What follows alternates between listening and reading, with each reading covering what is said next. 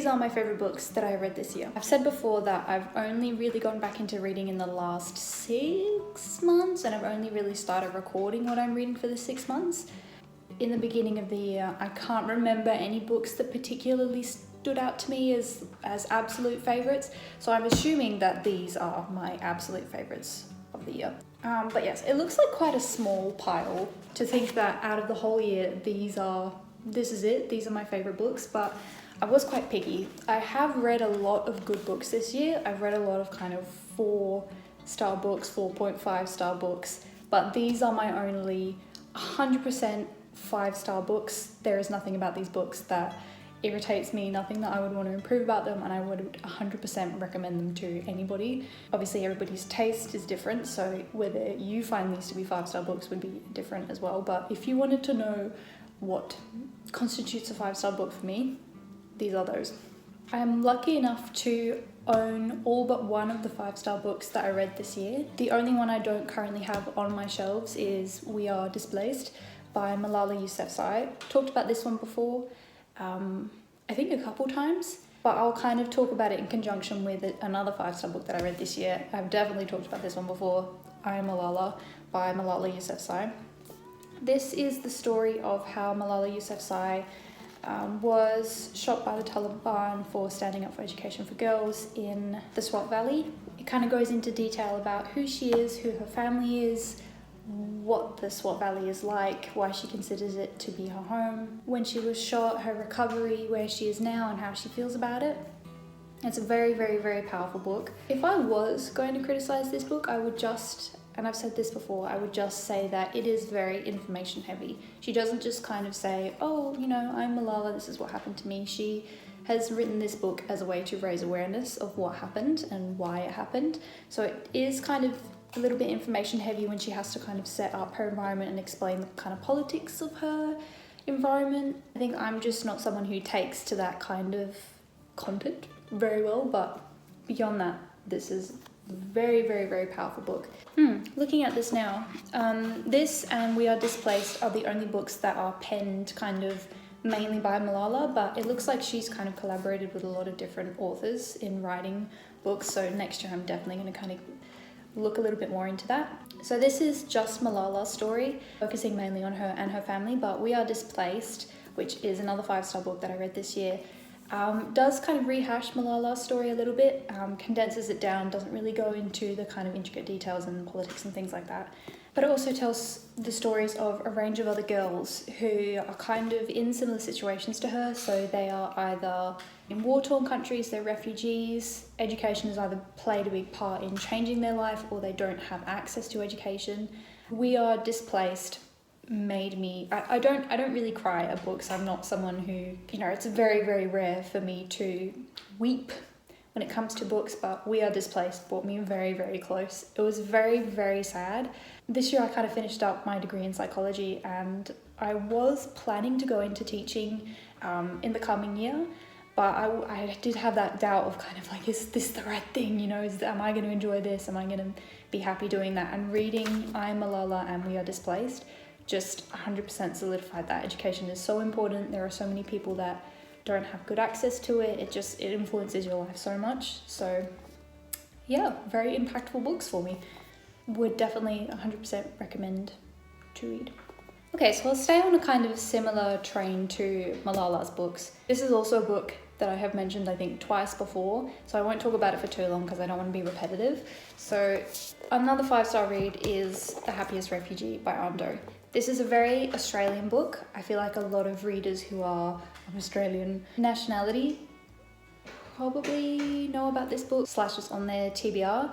This is the story of Anh Do, who is an Australian comedian who also happened to be an asylum seeker on the boats coming from Vietnam when he was a child. And then it talks about how he grew up in Australia, what it was like to be an Asian kid, a very, very poor Asian kid growing up in kind of suburban Australia. Oh, this is great. It's 5 stars, you know? Yeah, so it's very, very funny, but it's also very poignant. This also nearly made me cry. Again, don't really cry at books, but if I did, I would have cried at this one. The story of kind of how his family got through it is so inspiring, and especially as an Australian who lives in suburban Australia, it put things into perspective as well. Reading it this year was actually kind of a reread of this story for me. It was read to us in Year 5 by our teacher, and it's so kind of impactful that I remember how the class or the teacher reacted to certain kind of phrases and things like that in the book. If you aren't Australian, I also recommend reading this because this book feels Australian. It has a very Aussie voice. I don't know. I feel like personally it speaks to what it means to be an Australian. You know, we're supposed to be a multicultural society, but there are still issues within that, especially when it comes to kind of socioeconomic class, poverty and things like that. So yeah, 5 stars, definitely recommend. Okay, so let's take a complete 180 from that. This year I have been collecting Robin Hobb's books. I have read a fair amount of her work. I've read the Ship of Magic trilogy. I've read the Shaman's Son trilogy. I'm fairly certain it's not called that. I'll put the name of the actual trilogy on the screen. I've read half of the Assassin's Apprentice trilogy, so I have a real hodgepodge of what I've read of Robin Hobb, but I've been collecting it this year and trying to kind of read from the start of her collection to the end. Part of that means that I read the Assassin's Apprentice, the first book in the initial trilogy that kind of introduces us to Fitz. I am a sucker for fantasy in general, and I have 2 sides of the coin of that. So there's kind of young adult, fun, quick, easy to read fantasy, and then there's high fantasy, and this is the epitome of everything that I want in high fantasy. The world is so intricate. I feel like when you're reading high fantasy, you want to feel like the world already exists out there.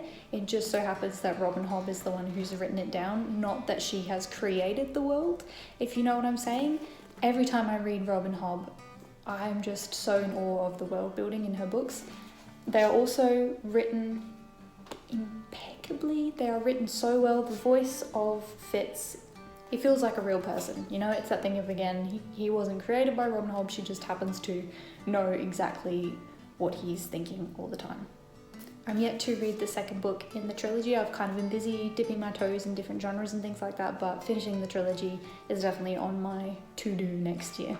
Definitely 100% recommend if you are into high fantasy.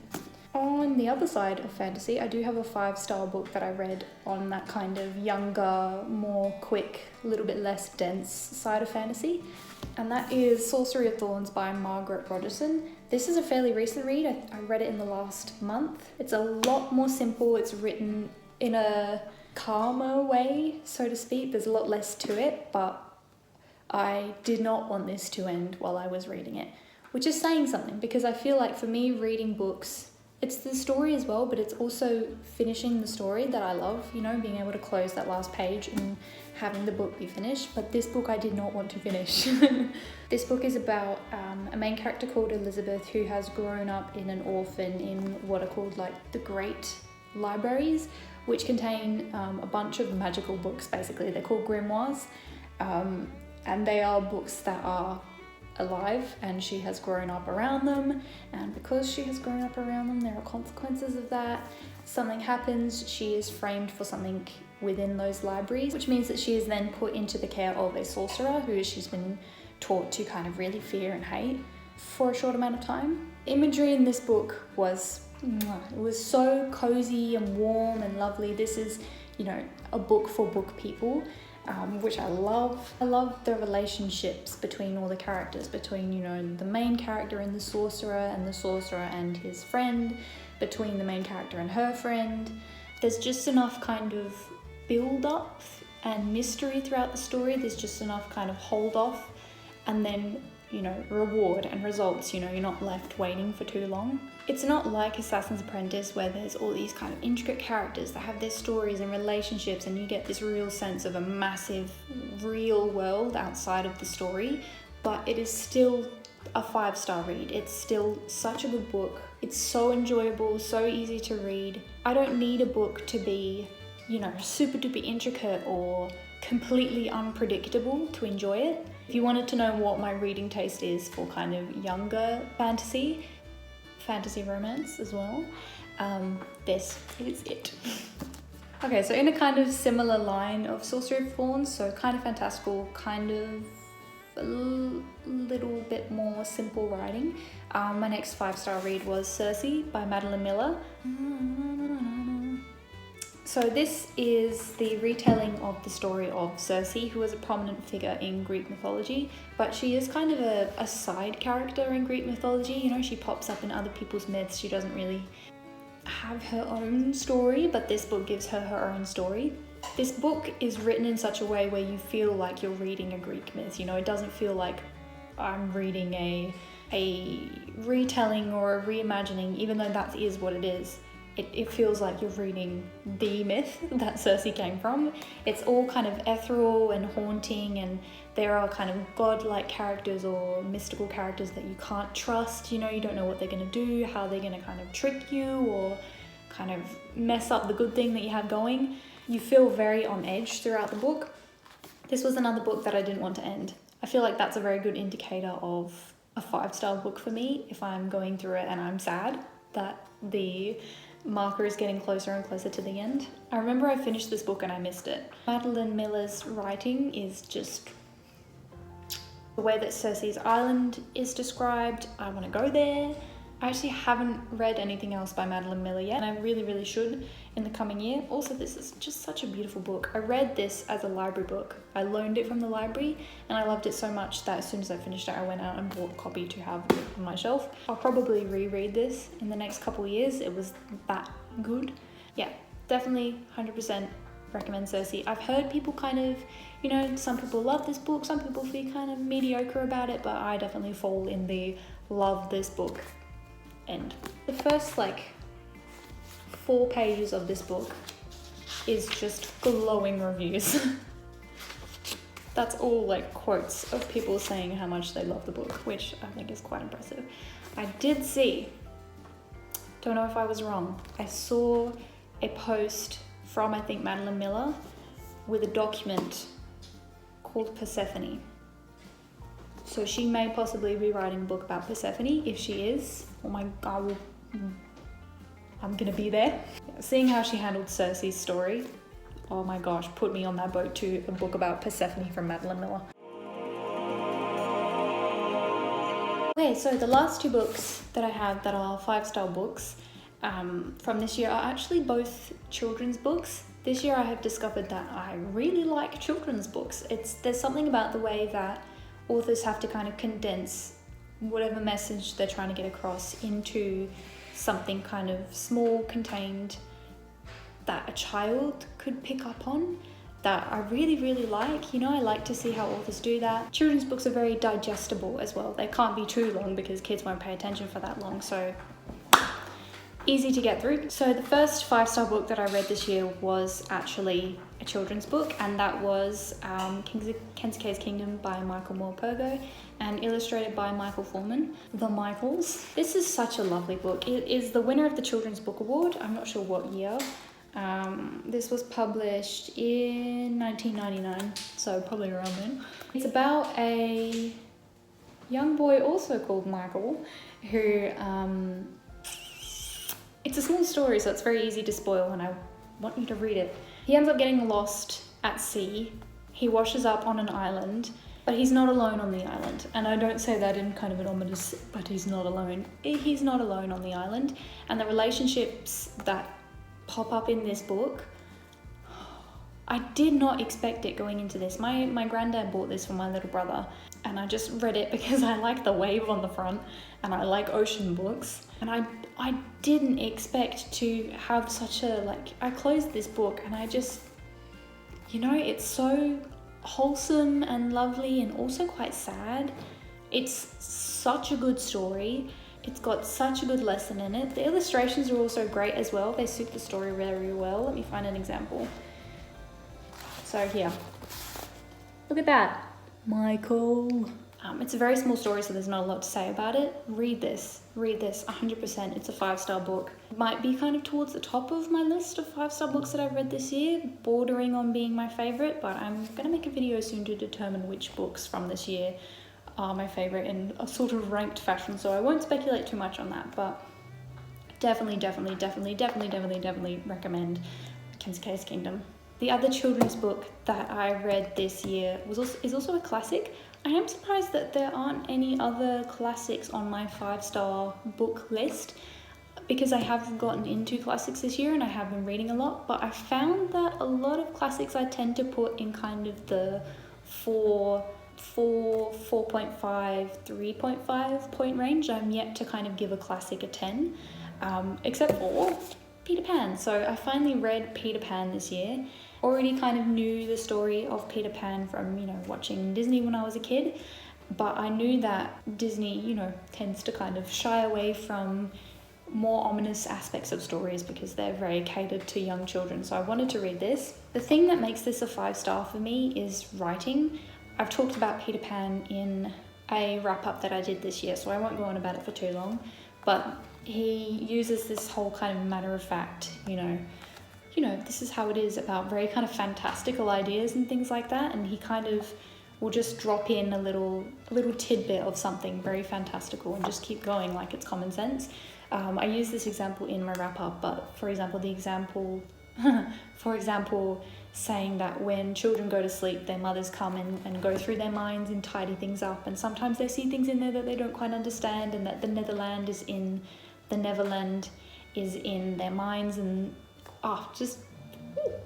so the story of Peter Pan, it wasn't really anything surprising to me. I knew it from when I was younger, but there is kind of like I said, an ominous, almost creepy aspect added to it in the original book, which I really enjoyed. Yeah, I'm kind of a fan of that. It's a very young and innocent book, but there's also this kind of underlying just creepiness. Yeah, it's written almost as though someone is telling you the story. Much enjoyed.